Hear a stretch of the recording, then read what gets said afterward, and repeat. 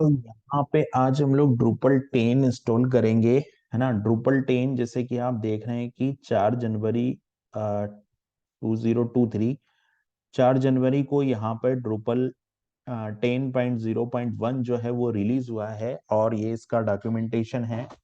और मैं मेरे सिस्टम में इसके लिए कंपोजर चाहिए, तो मैं इसको कॉपी कर लेता हूँ। ये मैंने इस कंपोजर कमांड को कॉपी किया, और मुझे 8 PHP 8 चाहिए, तो मेरे सिस्टम में PHP 8 है, 8.1.12। ठीक है। अभी मुझे क्या करना होगा, मैं जाता हूँ और एक फोल्डर क्रिएट कर लेता हूँ। तो मैं सी ड्राइव में गया, htdocs फोल्डर के अंदर जाऊंगा, और यहाँ पर मैं एक न्यू फोल्डर क्रिएट कर लेता हूँ। तो मैंने एक फोल्डर बना लिया यहाँ पर D10 के नाम से, D10 फोल्डर बनाया। D10 के अंदर मैं गया, और यहाँ पर मैंने D10 के अंदर जाकर यहाँ पर मैंने गिटवेस ओपन कर लिया। D10 के अंदर जाकर गिटवेस ओपन किया, और इस गिटवेस में मैं इस कमांड को रन करूंगा। तो मैं यहाँ जाके इस कमांड को रन कर देता हूँ। तो मैंने ये कमांड को रन कर दिया, इंस्टॉल डायरेक्टरी। तो यहाँ पे हम लोग को ये कमांड D10 के बाहर या D10 के अंदर मैं यहाँ पर वेब _D10 क्रिएट कर देता हूँ, है ना। वेब D10 क्रिएट कर देता हूँ, तो वेब D10 नाम से एक फोल्डर बन जाएगा इसके अंदर। तो यहाँ पे इंस्टॉलेशन स्टार्ट हो गया है। अभी आप देख रहे हैं यहाँ पे डाउनलोड होना स्टार्ट हो गया प्रोजेक्ट। तो ये वेब D10 के अंदर वेंडर फोल्डर और कंपोजर फाइल आई है, तो ये सारा डाउनलोड स्टार्ट हो गया। अभी मुझे क्या चाहिए, मुझे एक डेटाबेस की जरूरत भी पड़ेगी। तो मैं PHP माई एडमिन में जाता हूँ, और we need to create one database. तो यहाँ डेटाबेस में हम लोग जाएंगे, और क्रिएट डेटाबेस पे क्लिक करते हैं हम लोग। डेटाबेस का नेम तो अभी मैं D10 दे देता हूँ, है ना, D10, और यहाँ पर क्रिएट। तो आप देखोगे यहाँ पर डेटाबेस क्रिएट हो गया है। डेटाबेस का जो यूजर नेम है वो रूट रहेगा, और पासवर्ड में मैंने कुछ भी नहीं दिया अभी। तो अभी 98% ये डाउनलोड हो गया है। जब ये पूरा कंप्लीट डाउनलोड हो जाएगा, उसके बाद में हम लोग इसको रन करेंगे। तब तक हम लोग क्या करते हैं, हम लोग इसका वर्चुअल होस्ट क्रिएट करते हैं। तो वर्चुअल होस्ट कैसे क्रिएट करते हैं, तो यहाँ पर मैं VS कोड ओपन करूंगा। VS कोड को मैं राइट क्लिक करके रन एज एडमिनिस्ट्रेटर ओपन करना पड़ेगा मेरे को, तभी मैं होस्ट फाइल को अपडेट कर पाऊंगा। तो मैंने राइट क्लिक करके रन एज एडमिनिस्ट्रेटर करके इस VS कोड को ओपन किया। यहाँ पे मैं फाइल में जाता हूँ, और ओपन फाइल में जाता हूँ। ओपन फाइल में जाने के बाद मैं जाऊंगा सी ड्राइव में, और सी ड्राइव में जाने के बाद मैं जाऊंगा जैम के अंदर, अपाचे के अंदर जाऊंगा, कॉन्फ़िग के अंदर जाऊंगा, एक्स्ट्रा के अंदर जाऊंगा, और यहाँ पर HTTP vhost file open कर लूंगा। HTTP vhost file open करने के बाद मैं यहाँ पे इस पूरी लाइन को करता हूँ कॉपी। और यहाँ पे हम लोग क्या करते हैं कि हमको यहाँ पर ये local.d10 कर दूंगा मैं, है ना, local.d10 कर दूंगा। और जो पाथ होगा फाइल का, वो क्या होगा, वो मेरे को देना होगा। जो पाथ है वो रिकमेंडेड प्रोजेक्ट के अंदर, अगर मैं यहाँ पर देखो वेब फोल्डर आ गया, है ना, वेब के अंदर, तो वेब फोल्डर तक का मैं पाथ यहाँ पर दे सकता हूँ। तो मैं इस पूरे पाथ को मैं कॉपी करता हूँ। कॉपी करने के बाद में यहाँ पे जाके मैं इसको पेस्ट करता हूँ, और ये जो विंडो का पाथ का सिस्टम है वो मैं यहाँ पे चेंज कर देता हूँ। तो ये चेंज करने के बाद ये D10, वेब 10 और वेब डायरेक्टरी, ये मैंने वर्चुअल होस्ट कॉन्फ़िग किया है। अभी मुझे एक फाइल में और चेंजेस करना है, और वो फाइल कौन सी है, वो फाइल विंडोज के अंदर मिलेगी। तो मेरे को सी ड्राइव में जाना पड़ेगा, और सी ड्राइव में जाने के बाद में मेरे को जाना पड़ेगा विंडोज के अंदर। विंडोज के अंदर मेरे को जाना पड़ेगा System32 के अंदर, है ना, System32 के अंदर जाना पड़ेगा।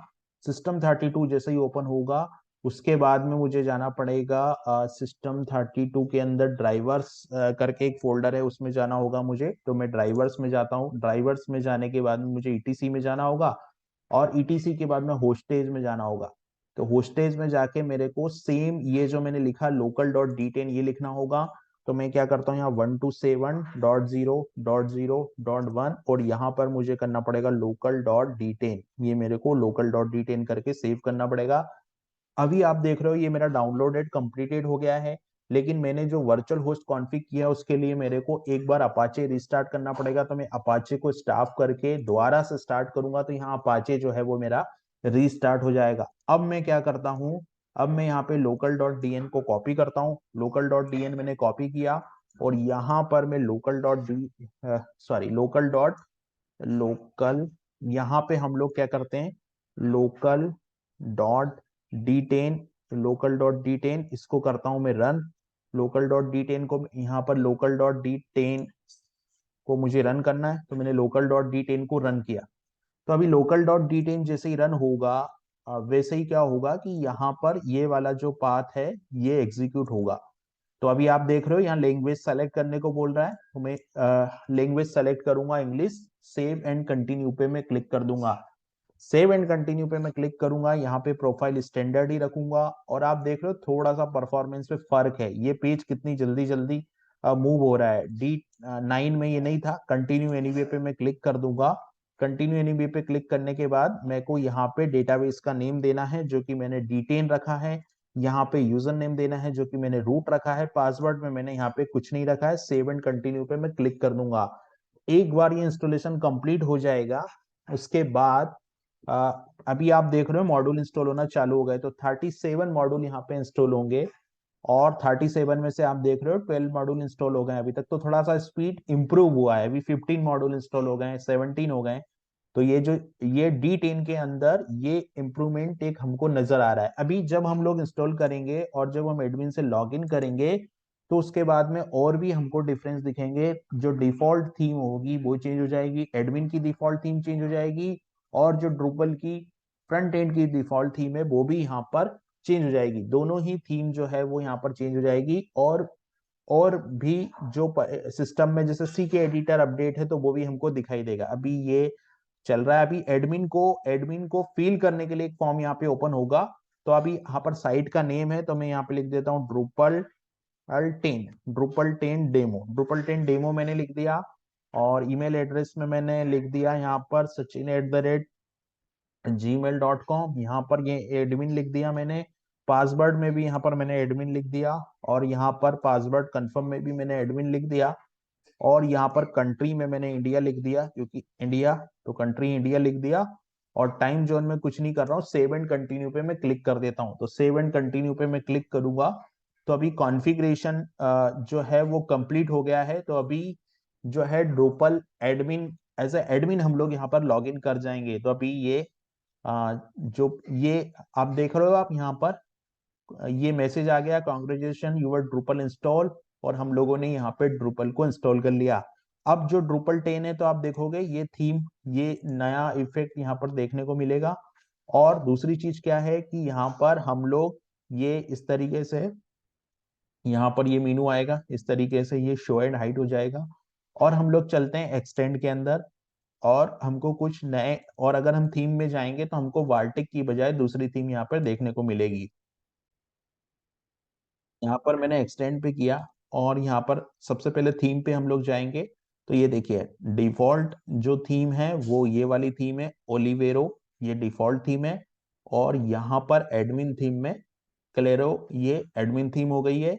एक्सटेंड में हम लोग जाएंगे तो कुछ नए एक्सटेंशन, जैसे कि एक प्रोजेक्ट ब्राउज करके एक एक्सटेंशन जो कि ड्रूपल 10 में ऐड होने वाला था, वो यहाँ पर हुआ है या नहीं हम लोग देख लेते हैं। एक मिनट, यहाँ पर मैं सर्च कर लेता हूँ। तो अभी वो ऐड नहीं हुआ है। जो कि वर्डप्रेस में एक ऑप्शन होता है ना, कंट्रीब्यूटेड मॉड्यूल और थीम को एक्सप्लोर करने का, वो ऑप्शन है, लेकिन वो अभी इसमें नहीं आया है। शायद नेक्स्ट अपकमिंग रिलीज में वो आ जाएगा। तो यहाँ पर इस तरीके से ये ड्रूपल जो 10 है वो इंस्टॉल हो गया। अभी मैं यहाँ पे सीके एडिटर की बात करूँ तो आप देखोगे सीके एडिटर 5 यहाँ पर आ गया है। सीके एडिटर 5, ये जो अपडेट है वो सीके एडिटर 5 आ गया। तो इस तरीके से हमारा ड्रूपल 10 जो है वो इंस्टॉल हो गया। लेकिन एडमिन मेनू में मुझे कोई फर्क नहीं दिख रहा है। Content, admin, appearance, extend, configuration, people, report और हेल्प, ये एज इट इज है। लेकिन हम एक एक करके इसकी सारे चीजों को एक्सप्लोर करेंगे।